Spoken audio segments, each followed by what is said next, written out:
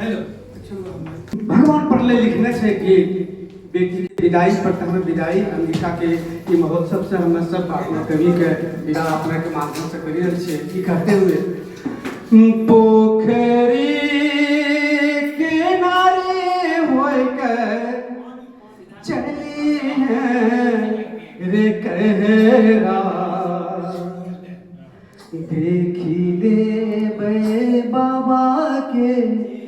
बिहार रे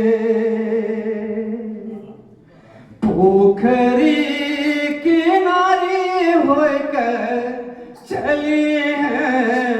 रे कहरा देखी ले बाबा के